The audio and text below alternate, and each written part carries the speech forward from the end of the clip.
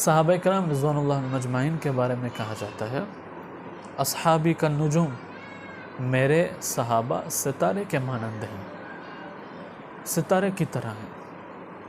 فَبِأَيِّهِمْ اقْتَدَيْتُمْ اهْتَدَيْتُمْ، ان میں سے کسی ایک کا بھی آپ اگر اقتدا کرو گے، ان کے پیچھے چلو گے، آپ ہدایت یاب ہوں گے۔ ہمارے لیے نمونہ اور مثال صحابہ کرام رضوان اللہ مجمعین ہیں۔ آج جس کے بارے میں بیٹھ کر مشورہ دیا جاتا ہے، یہ کہا جاتا ہے کہ انہوں نے یہ گندا کام کیا، یہ برا کام کیا، نعوذ باللہ، یہ فلانا کام کیا، فلانا کام کیا، لیکن قرآن مجید تو آپ کو کہتا ہے کہ آپ ان کے اتباع کرو، ان کی پیروی کرو، جس طرح وہ لوگ ایمان لائے ہیں، جس طرح انہوں نے اسلام کو قبول کیا، آپ اسی طرح کرو۔ اگر انہوں نے کوئی کچھ چھوٹی سی بھی برائی کی ہو، اگر ایک چھوٹا سا بھی برا کام کیا ہو تو اس کا مواخذہ ان کو ہو جاتا۔ اس کی سب سے بڑی وجہ یہی تھی کہ رسول اکرم صلی اللہ علیہ وسلم ان کے سامنے موجود تھے، ان سب کے باوجود بھی قرآن مجید میں رضی اللہ عنہم ورضوان، اولئک هم الفائزون، اولئک هم المفلحون۔ لہٰذا ایمان بھی اگر لانا ہے تو اس کی طرح لاؤ۔ اگر صحابہ کرام رضوان اللہ عنہم اجمعین اگر مومن اور مسلمان نہیں تھے تو اس دنیا میں اور کوئی ہو ہی نہیں سکتا، تو پھر ہم اور آپ بھی نہیں ہیں۔ اگر یہ بات ہے کہ صحابہ کرام رضوان اللہ عنہم اجمعین مسلمان نہیں تھے تو پھر میں بھی نہیں ہوں، آپ بھی نہیں ہیں۔ یہ قرآن ہمیں ان کے واسطے سے ملا، یہ احادیث میں ہمیں ان کے واسطے سے ملی ہیں، یہ سارے چیزیں ان کی طرف سے آئی ہیں۔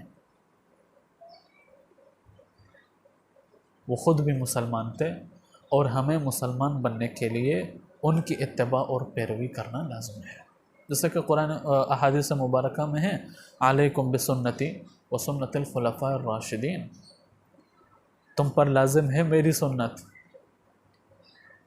اور خلفاء راشدین جو کہ ہدایت یافتہ ہیں، ان کی اتباع بھی، ان کی سنت بھی آپ پر لازم ہے۔ اور خلفاء راشدین کون ہیں؟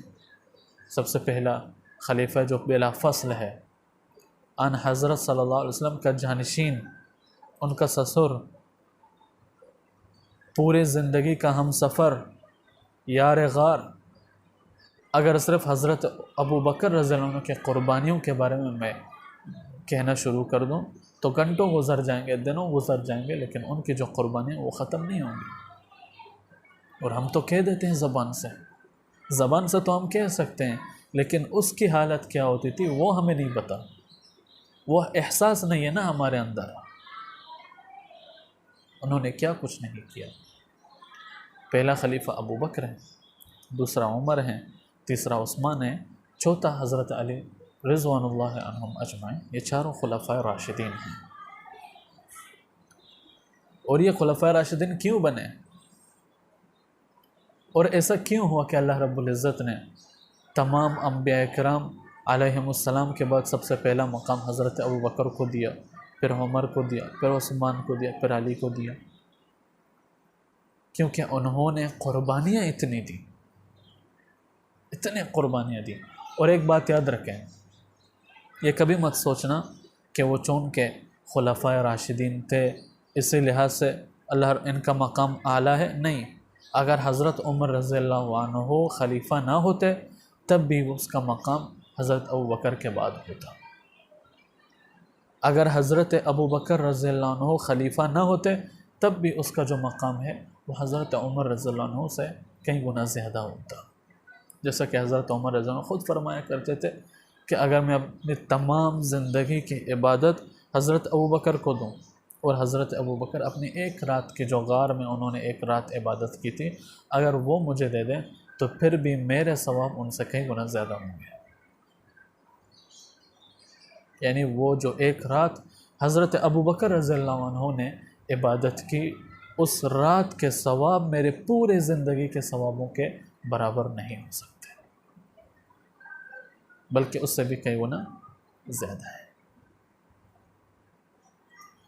انہوں نے قربانیاں دی، مشقتیں برداشت کی، تکالیف اٹھائے، ہر طرح کے ظلم و ستم سہے، جہاں قتل کرنا پڑا، جہاں مارنا پڑا مار دیا، جہاں کھانا پڑا کھا لیا، جہاں پہ ان کو گالی پڑی کھا لیا، جتنے بھی ہوئی سارے چیزوں کو برداشت کرتے ہوئے آگے بڑھتے بڑھتے اللہ تک پہنچ گئے۔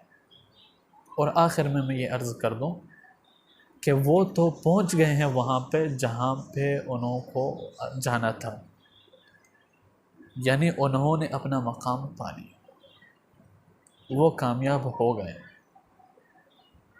ان کے بارے میں کہا جاتا ہے کہ وہ تو پہنچ گئے جہاں ان کو پہنچنا تھا، اب ہم ان کو تنقید کا نشانہ بنا کر اپنے ایمان کو اور اپنے آخرت کو برباد نہ کریں، بلکہ ان کے نقش قدم پہ چلتے ہوئے ان کے پاس جائیں، اور یہی ہماری دعا ہونی چاہیے کہ ہمیں ان کے ساتھ حشر کیا جائے۔ اور آپ کو پتہ ہے کہ الذین انعم اللہ علیہم من النبیین والصدیقین والشہداء والصالحین، اس سارے صحابہ کرام رضوان اللہ عنہم اجمعین، نبیوں کے بعد صحابہ کرام کی فہرست ہے، صدیقین میں بھی صحابہ شامل ہیں، شہداء میں بھی صحابہ شامل ہیں، نیک لوگوں میں بھی صحابہ شامل ہیں، اور ہم کہتے ہیں کہ وحسن اولئک رفیقا میں اے اللہ ہمیں شامل کر۔